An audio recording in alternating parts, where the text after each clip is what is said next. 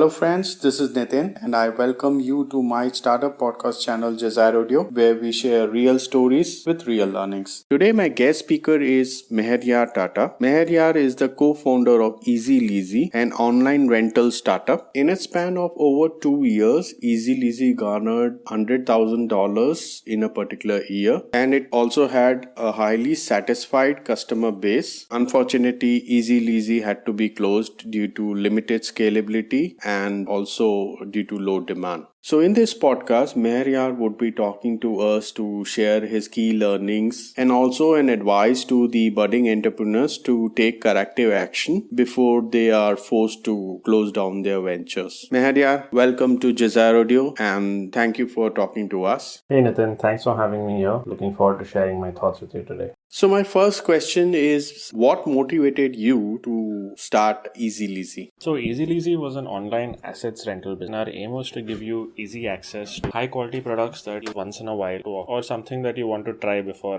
committing. So the thinking behind why we felt Easy was a good idea, going back to 2015 and noticed from 2007 onwards, essentially India had moved from a completely offline model to an online model. And if you wanted to buy something new, you could go to Flipkart or Amazon. Wanted to buy something secondhand, go to OLX or Quick. But there was no real way to get access to products if you just want to use it for a short period of time, talking about renting, right? And there are a number of asset classes rather where this kind of makes sense. For example, a great instance that we always give people is take a DSLR camera. Unless you're really passionate about photography, it's not something that makes sense to own. But once in a while when you go on holiday or go on safari, it's a really great thing to have. Same way if you take a karaoke machine, it's not really something you're going to use every day, but once in a while when you have a party, it's a great addition and everyone can have a lot of fun and stuff. So we felt that there was a class of assets where either because they were too expensive or not used frequently enough, it didn't make sense to own. And we felt if we provided the rental asset, there could be a market for it. So basically that was the thinking behind. And the kinds of categories that we were in, two of them I mentioned was DSLR cameras, karaoke machines, but we also had things like advanced technology or other upcoming technology at that time. Think of smartwatches, fitness bands. We had games for parties apart from karaoke machines, and we also had things like projectors and speakers.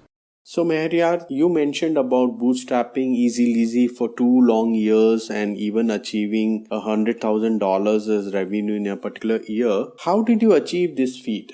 So as for how we reached our peak run rate, I think that is impacted both by our on the product side as well as on the So on the product side, one key innovation or differentiator that we had was compared to the competition, which was all into peer-to-peer rental, where they would essentially take from customer A and give to customer B. We decided to be the owner of all our assets. So we were a full stack, and that definitely gave us advantages in terms of the quality of assets, the amount of time in which you could confirm an order, the pricing, because we would price it as a business and not have a double logistics cost to handle, and we could also provide a complete experience in terms of all the accessories and any additional things that you need. So a good example for this is take a GoPro camera, which is typically used for scuba diving, but the camera itself is not so useful without the accessories called mount. Now if you took a GoPro on one of these peer-to-peer platforms, you had no idea on the other side whether he only had the camera, he only had one mount or whatever. But when we'd provide a complete pack, right? So we'd provide the GoPro camera, we'd provide a housing case to protect the camera, we'd provide 8 different types of mounts. So because we were providing a complete experience, it was cheaper, we could confirm faster. We thought, definitely on the product side, we were far ahead of the competition. Now on the distribution side, we had the most amount of success with Google AdWords. Basically, when people were searching for rent GoPro, rent DSLR, rent karaoke machine. So, and we also worked on search engine optimization to make sure we were the highest ranked item over there. And we, had a lot of success through that route. We also tried out Facebook marketing referral program, but we didn't have as much success over there. But yeah, basically Google AdWords, I would say, was best. And then I think the month in which we hit a peak revenue rate, there's also an aspect of seasonality. I think it was December, so obviously more people do throw party, go out of town and like that. And we also had our existing base of customers at that time, which was repeating at pretty decent rate.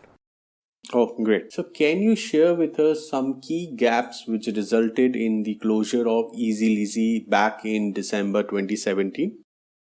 So I think the number one reason why we shut down, I think this will apply to most startups, were not enough needed what we had. What that means is we had kind of quickly reached the limit of the market who was aware of renting as a solution to some of their needs and already actively look for us. And good example is, again, I'll come back to AdWords, our most successful marketing channel. There were maybe 100 people daily who were rent GoPro, rent camera. And so these are the people who are A, aware that a rental solution exists, and B, have enough pain that they want to go out and find it, right? We hit this market and that was great. It was working very successfully. The problem problem is what after that? Unless 100 people a day becomes 1,000 people a day and 10,000 a day, this business was not going to scale. And unfortunately, the only way for that to happen is to kind of spend money on marketing to create that awareness so people then remember you when they have a need and come. Obviously, we were not able to raise outside capital because our growth rate had also kind of plateaued by that time, because again, we had hit the mark. So it was kind of a chicken and egg where you needed capital to create the awareness, but no one was going to give you the capital unless you were able to prove that there was growth, and we had kind of hit the limits over that. We were in that sticky sort of situation. We concluded that, look, if you're not able to raise the capital, we might as well take our less. I think a good example of what I mean when I say there was lack of awareness is I play guitar, right? Like one time my guitar was being repaired or something and I needed a spare. And even me, the owner of an online assets rental business, my first reaction was not, oh, let me see if this is available for rent. My reaction was, oh shit, I have to buy a second-hand one, or I'll call some friends and try and borrow it from someone temporary. And that's when I kind of realized that it's so unnatural right now to think of rental as a viable option that, it just makes no sense. And it kind of explains why there was no natural growth in that market, right? So, it would grow, but it would grow very slowly because it needs some sort of time and capital to convince people that yes, rental is an option, it's a viable option, now there's a good solution for it. And with all the key lessons learned from EazyLeazy, what advice would you give to the budding entrepreneurs?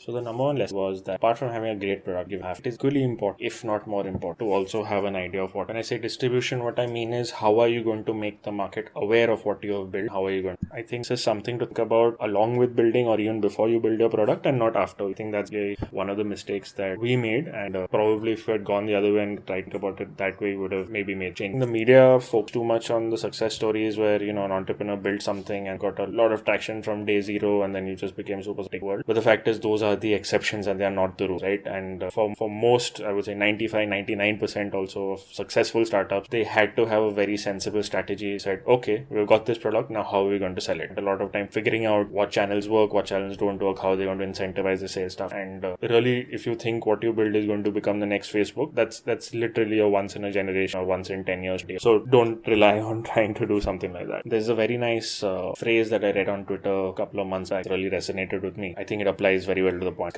First time founders focus on product, second time founders focus on things. It's really the kind of lesson that you only learn once you've gone through it once, and maybe the first time it's a little difficult or not the most obvious lesson to learn. At least for me, that's what it is. And finally, how did you incorporate those key lessons learned from EazyLeazy into your new venture? So currently one of the products that I'm working on is a ERP system for Indian. And now in isolation, even if I had the technical ability to build this, it would make no sense for me alone to build this because I have no idea what that market is like or even how to sell in that. So I think here now the key differentiator is that I'm working with a friend of mine, actually been involved in the space for consulting services, and he's been in that space for 9 years, right? So he understands deeply, intimately what are the problems of those sectors. He has a network through which we can get product feedback and get the product out into the market, i.e. distribution. And these give huge advantages that a third party can just get up and try and duplicate, right? So I'm very hopeful that this will go well, and definitely I've tried to keep in mind the learnings over here. The other bit of advice is more generic, but there's a framework with which you can think about building product. Your product a vitamin or is it a pain? A vitamin is something that is good to have, nice to have, but you can live without. It's not going to really affect you as a life. But a painkiller is something that you need to have right now, and you'll pay any amount of money to kind of solve that. If you have a choice, and not all of us do, but if you have a choice, it's far better to work on a painkiller type of product rather than a vitamin type. EazyLeazy was definitely a vitamin type of product. It made your life better, it made your life easier, it made your life happier, but it wasn't really solving a huge pain. And definitely with other products that I'm building, ERP for Impact, we are solving a huge pain point for NGOs where today their account listing are all completely haphazard, done in Excel part. And we really feel by systematizing that, we'll be giving them a much. So far, the feedback's been really good. We have about 8-10 customers now. Hopefully it goes well. Awesome. So with this, we have reached at the end of this podcast. Meheryar, thank you so much for sharing your valuable insights for all the entrepreneurs and the founders. I'm sure they would have learned a lot from this particular session. Thank you for taking your time and sharing with us all these insights. Thanks, Nitin. I hope this was useful to your listeners. If there's anyone who want to have a deeper conversation about these topics, happy to do that. You can find me on LinkedIn. Again, reach out over there. Thanks so much again. Lastly, I want to thank all the listeners who took their valuable time to listen to this podcast. Keep rocking, be safe, and don't forget to share.